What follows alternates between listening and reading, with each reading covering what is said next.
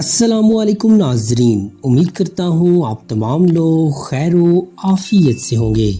ہمارا آج کا ٹاپک حضرت جویریہ رضی اللہ تعالیٰ عنہا ہے۔ حضرت جویریہ رضی اللہ تعالیٰ عنہا کا اصل نام برآ تھا، مگر حضرت صلی اللہ علیہ وآلہ وسلم نے اسے بدل کر جویریہ رکھ دیا۔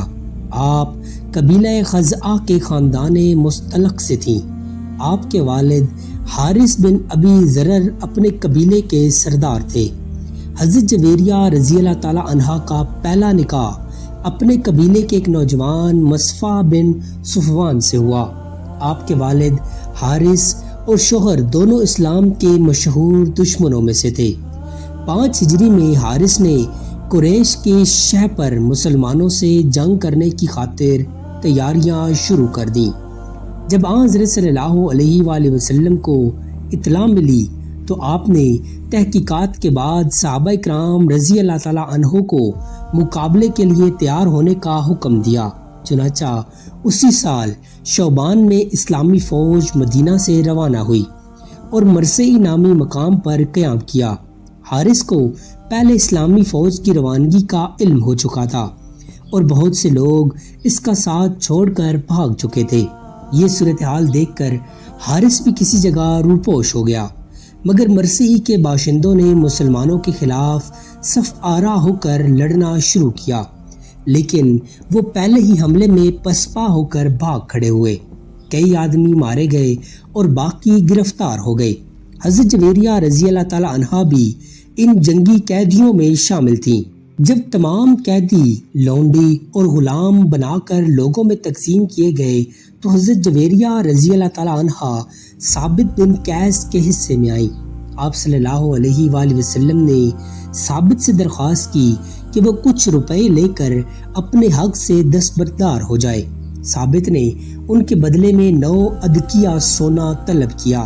حضرت جویریہ رضی اللہ تعالیٰ عنہا کے پاس اتنا روپیہ نہ تھا، چنانچہ انہوں نے لوگوں سے بطور امداد روپیہ جمع کرنے کا ارادہ کیا۔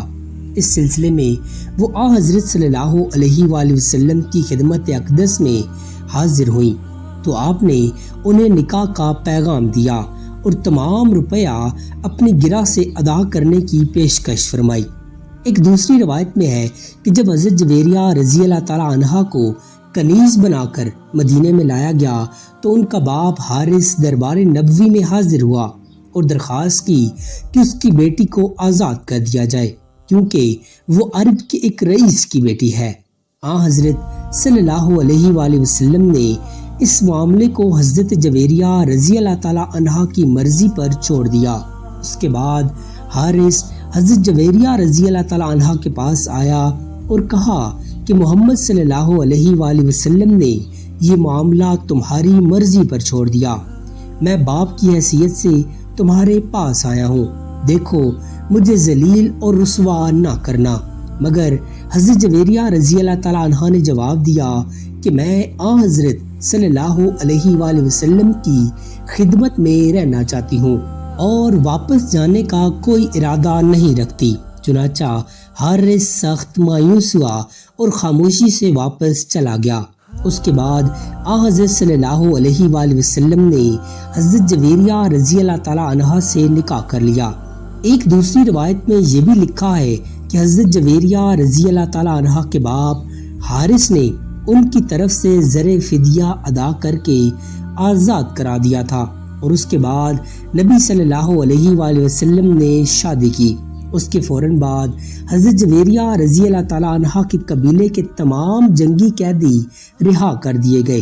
جن لوگوں کے حصے میں یہ قیدی آئے تھے انہوں نے کہا کہ جس خاندان میں حضرت صلی اللہ علیہ وآلہ وسلم نے شادی کر لی وہ غلام نہیں رہ سکتا۔ چنانچہ حضرت عائشہ رضی اللہ تعالیٰ عنہا سے روایت ہے کہ میں نے کسی عورت کو حضرت جویریہ رضی اللہ تعالیٰ عنہ سے بڑھ کر اپنی قوم کے حق میں مہربان نہیں دیکھا، کیونکہ ان کی وجہ سے بن مطلق کے سینکڑوں لوگ آزاد کر دیے گئے۔ حضرت جویریہ رضی اللہ تعالیٰ عنہ بھی دیگر امہات مومنین کی طرح اپنے وقت کا بیشتر حصہ زہد و عبادت میں بسر کرتی تھی۔ ان کا قلب مبارک ہر وقت ذکر الہی سے معمور رہتا اور عبادت کا اتنا زیادہ شوق تھا کہ ایک روز حضرت صلی اللہ علیہ وآلہ وسلم نے آپ کو صبح کے وقت اللہ کی یاد میں مصروف دیکھا۔ جب آپ صلی اللہ علیہ وآلہ وسلم نے انہیں ایک دعا سکھا دی اور فرمایا کہ اتنی دیر عبادت کی جگہ یہ دعا پڑھ لیا کرو۔ علم و فضل میں بھی آپ کا درجہ بہت بلند تھا۔ ان سے کئی احادیث مروی ہیں۔ حضرت جابر، حضرت عبداللہ بن عمر اور حضرت مجاہد رضی اللہ تعالیٰ عنہ جیسے القدر بزرگوں نے ان کے علم و فضل سے فیض حاصل کیا اور ان کی علمی فضیلت کا اعتراف کیا۔ آپ کو بھی حضرت صلی اللہ علیہ وآلہ وسلم سے بے پناہ محبت تھی۔ انہیں ہر وقت یہی خیال رہتا کہ نبی اکرم صلی اللہ علیہ وآلہ وسلم کی زیادہ سے زیادہ خدمت کرنے کا کوئی موقع ضائع نہ ہو جائے۔ باری کے روز جب حضرت صلی اللہ علیہ وآلہ وسلم کے مکان پر تشریف لاتے تو وہ بڑی محنت سے اچھے اچھے کھانے پکا کر پیش کرتی تھیں اور انہیں ہر ممکن آرام پہنچانے کی فکر میں رہتی تھی۔ 50 ہجری میں وفات پائی، جنت البقیع میں دفن ہوئی۔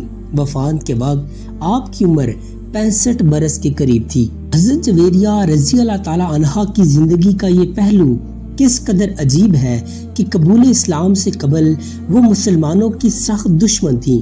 ان کے چاروں طرف کفر و شرک کا اندھیرا چھایا ہوا تھا اور ان کے خاندان کے تمام لوگ اسلام کو ملیہ میٹ کرنے کے لیے شمشیر بکف رہتے تھے، مگر جب اسیری کی حالت میں انہیں مسلمانوں کو قریب سے دیکھنے کا موقع ملا اور اس کے بعد جب حضرت صلی اللہ علیہ وآلہ وسلم کا قرب نصیب ہوا تو ان کی دنیا میں انقلاب برپا ہو گیا اور ان کا دل نور ایمان سے جگمگا اٹھا اور آنکھوں کے سامنے کفر و ضلالت کا پردہ اٹھ گیا۔